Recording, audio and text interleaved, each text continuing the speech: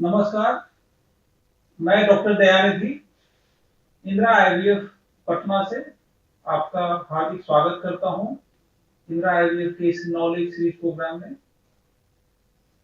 और आज का मेरा टॉपिक रहेगा how to select an IVF centre, मतलब निसंतानता के इलाज के लिए सही आईवीएफ सेंटर का चुनाव आप कैसे करें, ये बहुत ही इंपॉर्टेंट है।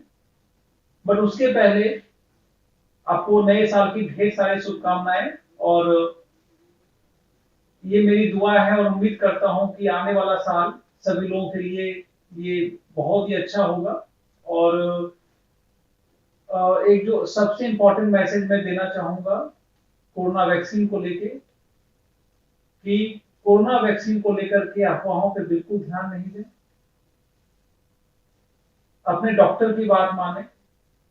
मेरे बहुत सारे नॉन डॉक्टर्स और मेरे खुद के इंदिरा आईवीएफ पटना के बहुत सारे स्टाफ कोरोना वैक्सीन ले चुके हैं और किसी को कोई प्रॉब्लम नहीं हुआ है। तो जो भी मार्केट में वैक्सीन को लेकर के अफवाह है उस पर ध्यान नहीं देकर के एक अपने आप को बचाने की प्रक्रिया में जो सरकार के द्वारा ये कदम उठाया जा रहा है वैक्सीन देने का, उस कार्यक्रम में भाग ले, अपने डॉक्टर की बात को सुने, अपने टर्न का इंतजार करें। और आई एम श्योर कि जो हमारी जो जो जीवन सही पटरी पे लौट रही है वो कुछ ही समय में बिल्कुल नॉर्मल हो जाएगी और हम लोग फिर वैसे ही जिस तरह से कोरोना काल के पहले अपना जीवन यापन कर रहे थे, अपने अपनी जिंदगी को चला रहे थे, उसी तरह से हम लोग चलाएंगे। अब आइए बात करते हैं आज के टॉपिक पे। और जैसा कि मैंने पहले बताया, आज का टॉपिक है how to select an IVF centre, मतलब निसंतानता के इलाज के लिए सही आईवीएफ सेंटर का चुनाव कैसे करें। अगर आपको इस टॉपिक के बारे में या हमारे प्रीवियस टॉक के बारे में कुछ भी जानना हो तो आप हमारे नंबर पे कॉल कर सकते हैं। अगर आपको रिपोर्ट, अपना कोई प्रीवियस रिपोर्ट दिखाना है, आप मुझे व्हाट्सएप कर सकते हैं या फेसबुक पे टेक्स्ट कर सकते हैं मैसेंजर में जाकर के, या आप डायरेक्टली कॉल भी कर सकते हैं। तो अब आइए बात करते हैं कि how to select an IVF centre. सबसे गौर करने वाली बात यह है कि इंडिया में अप्रॉक्स 4000 टू 5000 आईवीएफ सेंटर्स हैं और भारत का कोई एक ऐसा सिटी नहीं है जहां पे आईवीएफ सेंटर नहीं है। एक मशरूम की तरह एक आईवीएफ सेंटर हर एक जगह खुलता जा रहा है। तो उस सिचुएशन में ये बहुत ही डिफिकल्ट होता है कि हम सही सेंटर का चुनाव कैसे करें। मुझे लगता है कि सही सेंटर के चुनाव करने के लिए 3 मापदंड का होना बहुत ही जरूरी है। जब भी आप किसी सेंटर का चुनाव करें तो उनमें 3 बातों का बहुत ही ख्याल रखें। सबसे पहला है इंफ्रास्ट्रक्चर, कि जिस भी सेंटर पे आप जा रहे हैं उसका इंफ्रास्ट्रक्चर कैसा है, कहां सिचुएटेड है, किस एरिया में है, उसका अंदर का क्या इंफ्रास्ट्रक्चर है, वो बहुत ही इंपॉर्टेंट है। सेकेंड है वहां के जो आईवीएफ स्पेशलिस्ट हैं उनका एक्सपर्टीज क्या है। जो भी आईवीएफ स्पेशलिस्ट है उन्होंने कितना ट्रांसफर किया हुआ है, कितना लोगों को ट्रीटमेंट दिया हुआ है। तो एक्सपर्टीज बहुत ही इंपॉर्टेंट है। और तीसरा जो मैं मानता हूं सबसे इंपॉर्टेंट है वो है एडवांसमेंट इन इम्यूनोलॉजी लेबोरेटरी। ये 3 बातों का अगर हम ख्याल रखें तो हम किसी भी सेंटर का चुनाव अच्छे तरीके से कर सकते हैं और अपना जो सफलता दर है वो बहुत अच्छा पा सकते हैं। अब मैं बात करूं इंफ्रास्ट्रक्चर का, तो एक बाय एक मैं वन बाय वन इन तीनों के बारे में अगर बताना चाहूं तो सबसे पहला होता है इंफ्रास्ट्रक्चर। और इंफ्रास्ट्रक्चर में आता है कि उस सेंटर का लोकेशन क्या है, वहां पे वो किस एरिया में है, उस एरिया में पॉल्यूशन ज्यादा है। आइए अब समझते हैं पॉइंट वाइज फर्स्ट पॉइंट को कि इंफ्रास्ट्रक्चर से मेरा क्या कहने का मतलब है। तो जब भी हम इंफ्रास्ट्रक्चर की बात करते हैं तो आईवीएफ लेबोरेटरी और आईवीएफ सेंटर के लिए सबसे इंपॉर्टेंट है कि वो एरिया पॉल्यूशन फ्री होना चाहिए, यानी कि ज्यादा कोई कंस्ट्रक्शन का काम उस एरिया में नहीं होना चाहिए।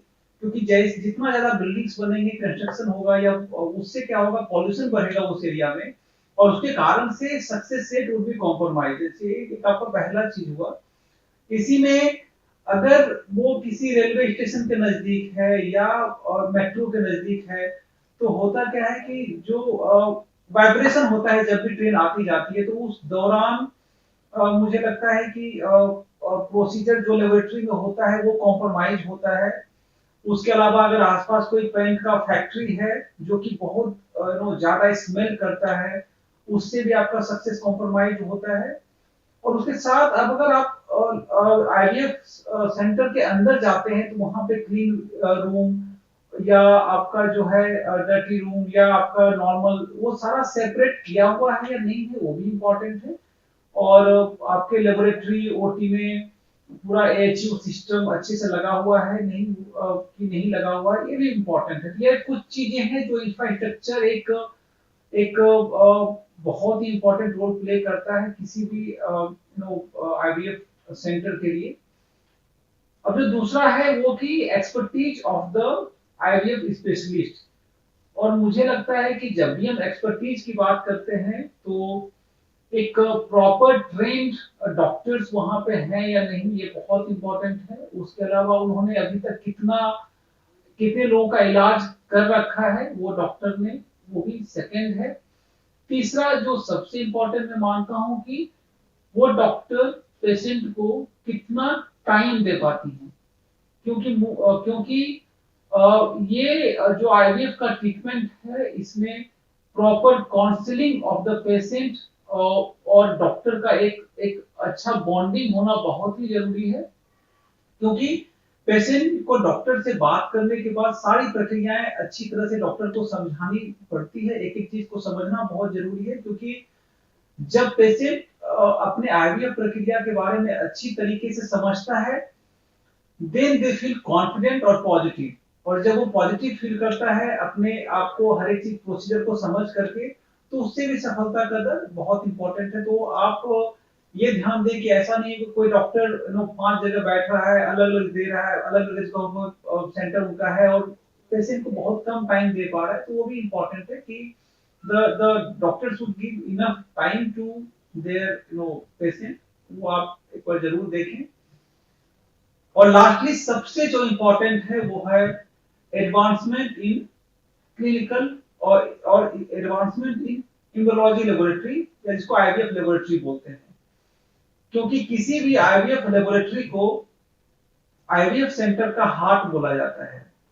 और 60 to 70% जो आईवीएफ का सफलता दर है वो डिपेंड करता है आपकी इम्यूनोलॉजी लेबोरेटरी पे। तो इम्यूनोलॉजी लेबोरेटरी में हम जब भी जाते हैं तो सबसे पहले वहां पे देखना है कि आपके इम्यूनोलॉजी जो जो है या वहां की जो भ्रूण वैज्ञानिक हैं वो कितने स्किल्ड हैं, ये आपको पता लगाना बहुत ही जरूरी है। दूसरा, इक्विपमेंट के मामले में वहां पे कितना एडवांसमेंट है। क्योंकि आज से अगर मैं 10 साल या 15 साल की बात करूं तो उस समय बहुत ज्यादा एडवांस इक्विपमेंट अवेलेबल नहीं थे मार्केट में। तो हम लोग जो भी समय उसमें अवेलेबल था उस चीज से काम चलाते थे। और इसीलिए जो उस समय जो सक्सेस रेट था हमारा 30 to 40% था, आज से 10 साल पहले।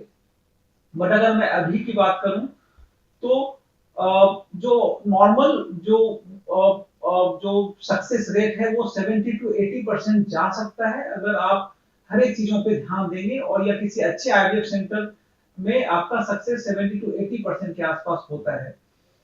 तो वो डिपेंड, मैं वही बोला, एडवांसमेंट कि जो जो इक्विपमेंट अभी एडवांस आए हैं मार्केट में आईवीएफ लेबोरेटरी के लिए, वो इक्विपमेंट है या नहीं लेबोरेटरी में, वो इंपॉर्टेंट है। कुछ इक्विपमेंट का अगर मैं नाम बताऊं तो बेंचटॉप इंक्यूबेटर जो बहुत ही इंपॉर्टेंट होता है। क्योंकि आपके भ्रूण को हम उसी इंक्यूबेटर में रखते हैं।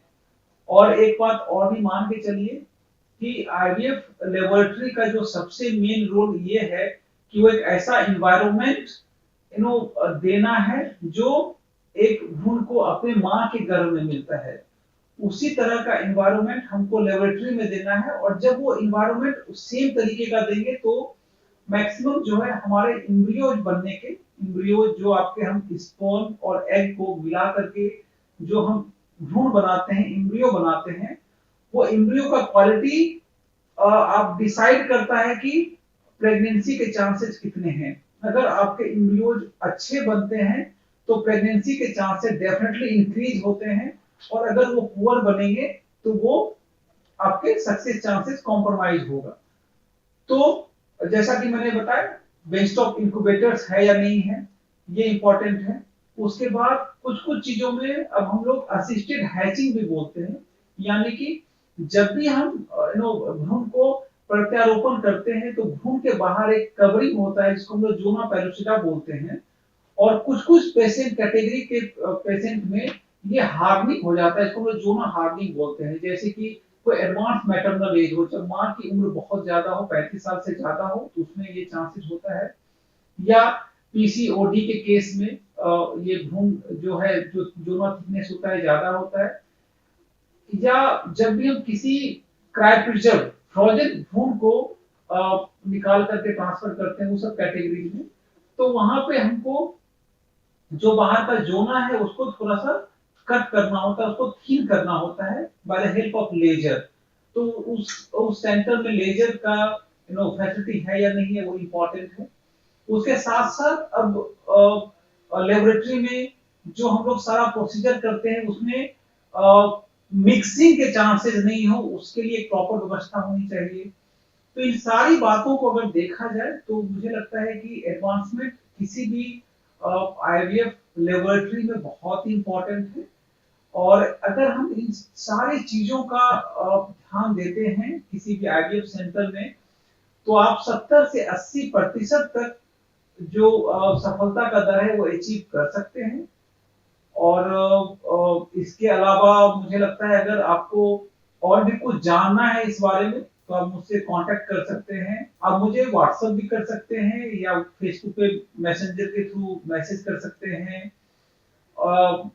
कुछ भी और भी जानकारी चाहिए तो किसी भी समय कॉल कर सकते हैं। तो आज मैं इसी टॉपिक के साथ आपसे अलविदा करता हूं, लेकिन जल्द ही मैं एक और किसी नए टॉपिक पे आपसे बात करूंगा, आपसे रूबरू होऊंगा। तब तक के लिए बहुत बहुत नमस्कार।